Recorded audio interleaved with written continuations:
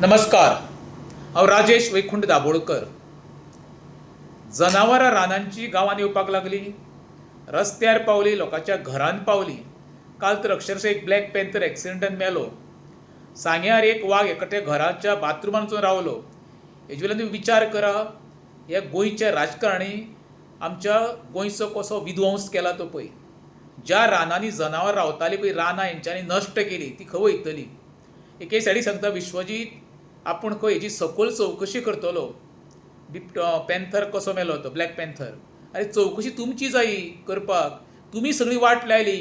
हेका सगळे कारणीभूत आसा पळय TCP डिपार्टमेंट, फॉरेस्ट डिपार्टमेंट. आयज वयता ते गोंयांत मरे विध्वंस केल्लो आसा मरे तुमी. अरे ती खंय वयतली? शेतां पळयलीं, शेतान खावपाक कांय गावचें ना तांकां. दोंगर काबार केले, थंय तेंचो तुवें आसरो काडून उडयले, ते खंय वयतले? ते आसरो लोकांच्या घरांत घेतले.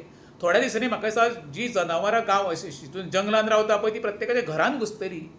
ही सगळ्याक कारणीभूत आसा पळय एकमेव मंत्री म्हणटा तो विश्वजीत प्रताप सिंग राव राणे.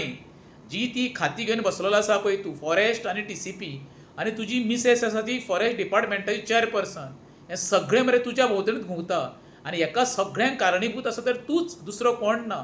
आयज जे लोक पळय फेस करतले येणाऱ्या काळांत उदकाक बी न्हू, ही सगळी जबाबदारी विश्वजीत राणे तुजेर आसतली. हें तुवें लक्षांत दवरचें. देव बरें करूं.